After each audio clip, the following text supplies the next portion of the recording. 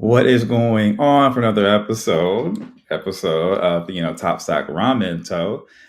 Today we're going to be going over what I got from Finn's house again, plus the Sacramento Kings and how they placed in the West, and a couple other things going on in Sacramento. So want to make sure get some people getting on here in the live, and we'll get started. Yeah, I had to run downstairs to get a fork, so I'm kind of out of breath. Hey, is it Lolita Paris? How's it going? How's it going? How you doing today? Got a little spoon here. Okay. And so first things first, I've got to talk about the miso ramen that I just got from Finn's house in Natomas. Hey Denise. Now, hey Ruth. So I got the miso ramen from Finn's house. This is the miso soup. And then I've also got, I'm gonna show you the ramen here too.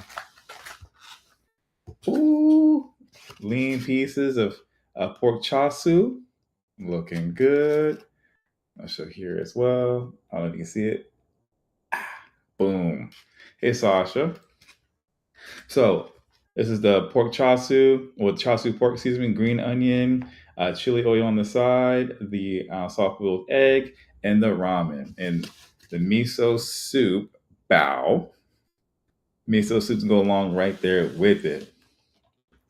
Super good. So this is my second time eating it, and that is a good sign if I'm eating it for a second time because it was exactly uh, perfect, exquisite. So I had to get that. But for our first quick topic is going to be the Sacramento Kings. They are now ranked seventh in the West. I think they are 33-24 right now. The next two above them is the Pelicans and the Phoenix Suns. They both are sitting at 24 losses. So we have a chance to move up within a day or two because today we play the Nuggets and then Pelicans play the Pacers and then the Suns play the Rockets tomorrow. So it's definitely a lot better if Pelicans and the Suns lose today and tomorrow. That would help us out a lot. And if we could beat the Nuggets today, that'll get us even closer to maybe even the fourth seed. So that could help. That could help out a lot. We'll see though, just because, man, from after the fourth seed, yeah, the Nuggets are sitting at I think 30 something and 19, and then another one at 19, and then the top two, OKC and Minnesota, they're sitting at only 17 losses. So it's gonna be really hard to get up into the top four. But with the win today and getting Denver the 20th loss, we're like one step closer to that. And the biggest way we can do that, well, Sacramento Kings can do that. I'm saying we, like I'm Sacramento Kings. I'm not. The biggest way that can happen is just improving the free throws. Like we are dead last in free throw percentage. I'm like, man, if you just get that up a tad bit, like instead of 73%, 72.9%, how about we get it to 75%? That gets us a couple extra free throws. And then instead of averaging 117 points per game, we can average maybe 119, maybe 121 points a game. And then on top of that, we're also dead last in the opponent's 3-point percentage. Now, what that means is our perimeter defense is the worst in the league. So if we can improve that just a little bit, like instead of being at the bottom, we could be at 20th. That'd be one less three made, and then we can have our margins, our net, be like plus five. Let's just small number +5. If we were able to get that, we'd be top five net rating in the NBA. So that could help out a lot.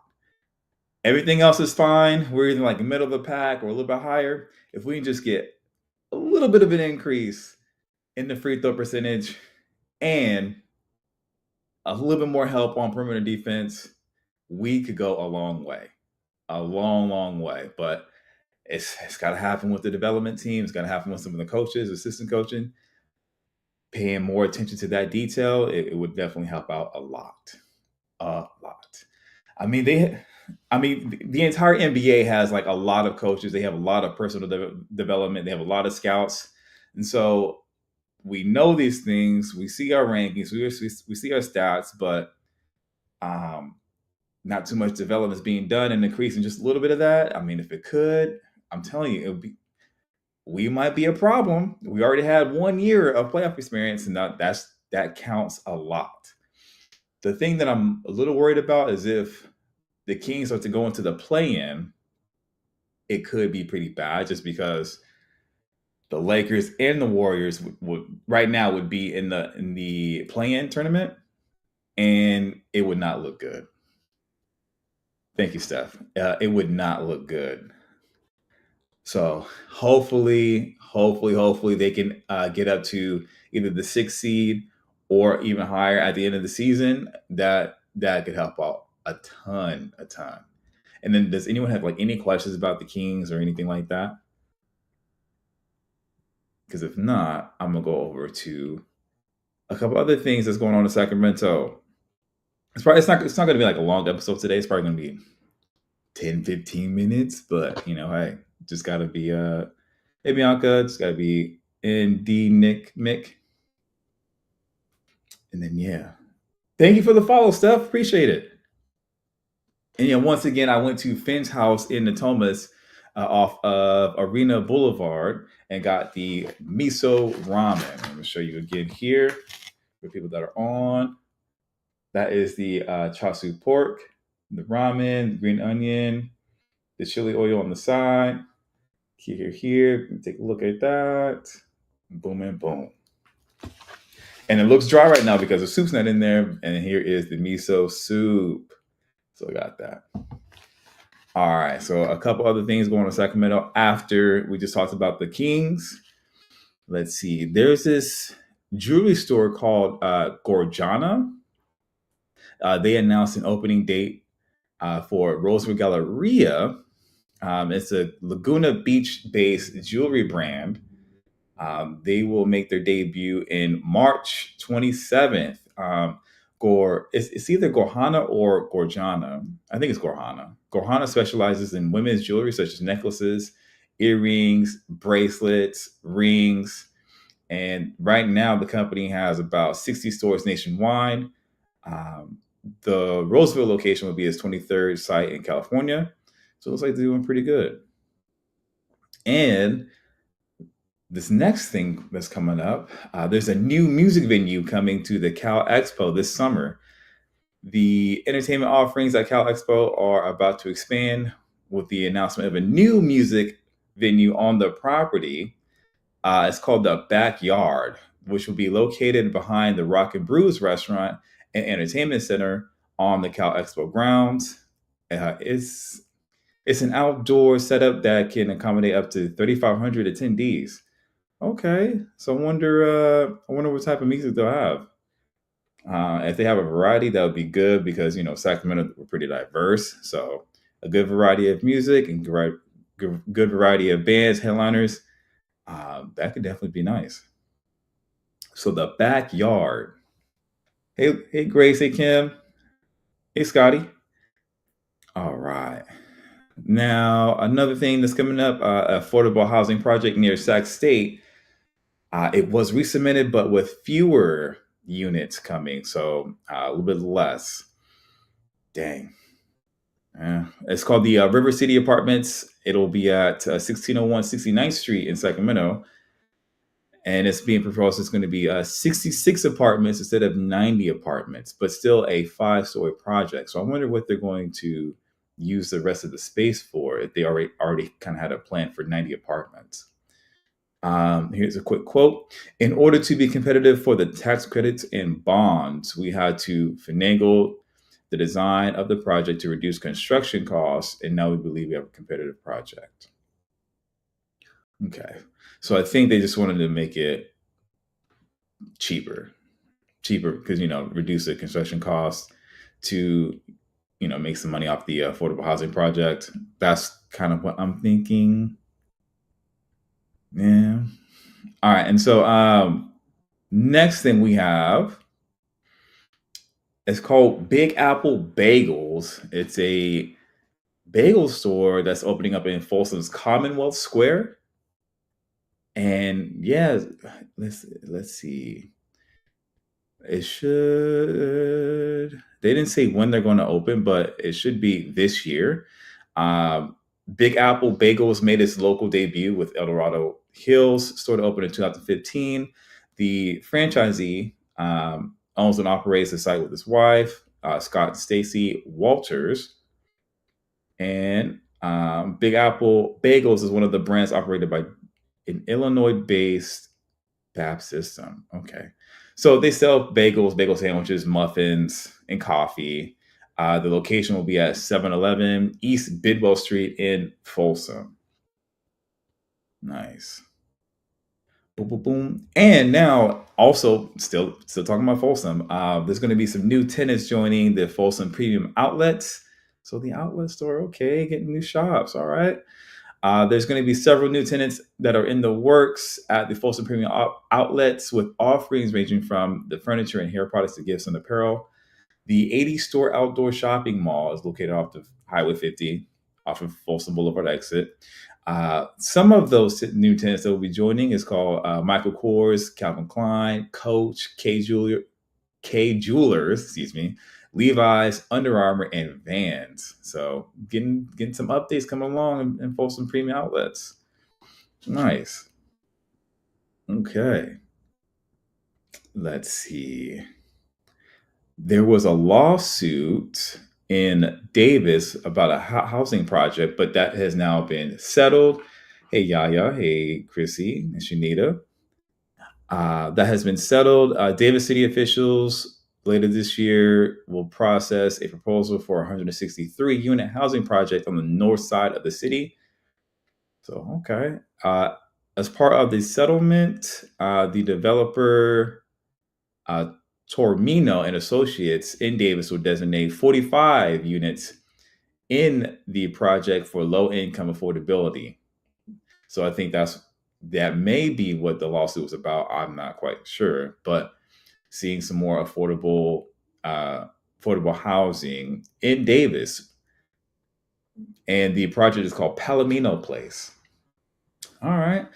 If anyone knows about Davis, Davis is super expensive, but it is really nice though. Great area, highly ranked schools, number one as far as school district in the Sacramento, greater Sacramento area. So yeah, Davis is a pretty cool place. And I think last thing I've got, let's see, there's this thing called Dreamland Cinema. The Dreamland Cinema wins Calling All Dreamers contest. So a Midtown Sacramento micro cinema has been named the latest winner of the annual Calling All Dreamers program. And it was produced by the Downtown Sacramento Partnership. The business incubator program, which began in 2013. They assist local entrepreneurs in opening a retail storefront in the downtown area.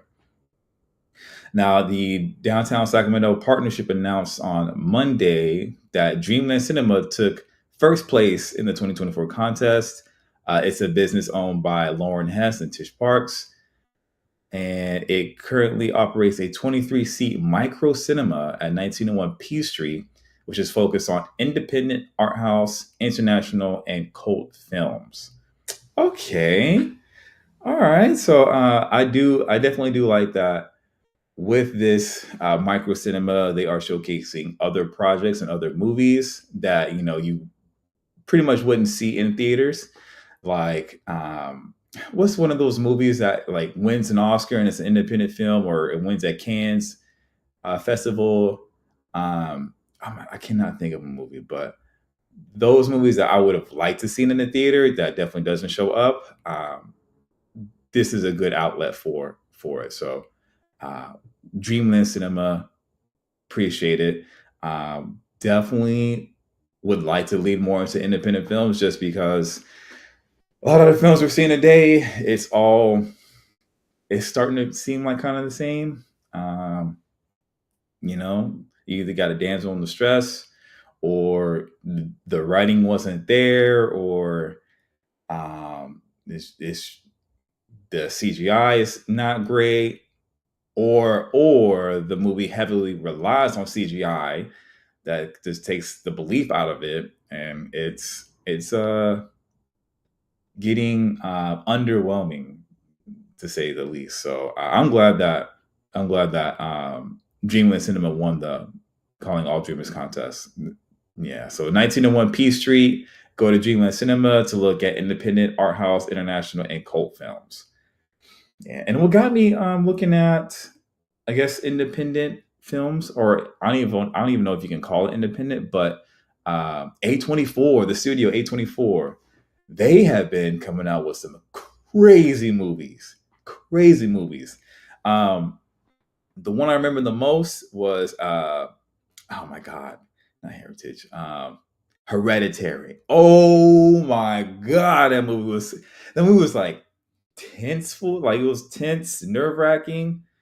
Um, it's like an uneasy kind of scare, not like a jump scare, but like very, very uneasy, a heartbroken one type of scare. Just yeah, you really feel for everyone involved in that movie. But yeah, A24 has been coming out with some crazy stuff. I didn't get to watch the one with I think it was the one with Zac Efron, and he was part of the wrestling family. I heard that was a tragic story. But I definitely would like to see that. But yeah, A24 has quite a bit of good films that are out. I think X was one of them too, but I didn't get to see that. But yeah, yeah, so quite a bit of stuff. So I think that is it for this EP of Top Sock Ramento, and I'm about to enjoy Finn's House Miso Ramen off of Arena Boulevard. Check it out sometime. About to enjoy that, and you guys enjoy the rest of